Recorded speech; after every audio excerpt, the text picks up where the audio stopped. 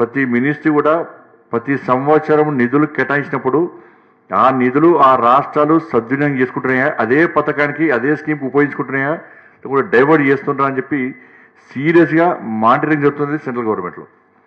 ఎవరంటే మార్చే పని చేస్తే నెక్స్ట్ స్కీమ్ డబ్బులు ఇచ్చే ప్రయత్నం చేస్తలే మనం.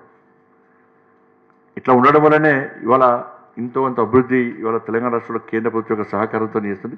రాష్ట్ర ప్రభుత్వం కూడా సహకరిస్తుంది. దానికి రాష్ట్ర ప్రభుత్వం కేంద్ర ప్రభుత్వం సహకరించుకుంటే అభివృద్ధి సాధ్యం కాదు. రెండు రాష్ట్రాల సమన్వయంతో, రెండు రాష్ట్రాల సహకారంతో ఆ రాష్ట్రాల అభివృద్ధి చెందే తప్ప వేరే రకంగా కాదు. అందుకే మీ కూడా పోయినసారి విజ్ఞప్తి చేసిన మీకు కూడా మీరు కేంద్ర రాష్ట్ర ప్రభుత్వాలను రెండు కళ్ళు అనుకొని భావించి చూడాలి. ఒంటి కన్నుతో చూస్తే అభివృద్ధి కుంటుపడుతుంది. కాబట్టి కేంద్ర ప్రభుత్వమైనా రాష్ట్ర ప్రభుత్వ పథకాలైనా అన్ని చేసేటప్పుడు ప్రజల కోసం చేస్తారు. వాటిని మనం క్షేత్రస్థాయిలో అమలు చేయాల్సింది మీరే. మీరు కష్టపడితేనే సక్సెస్ అవుతాయి అవి.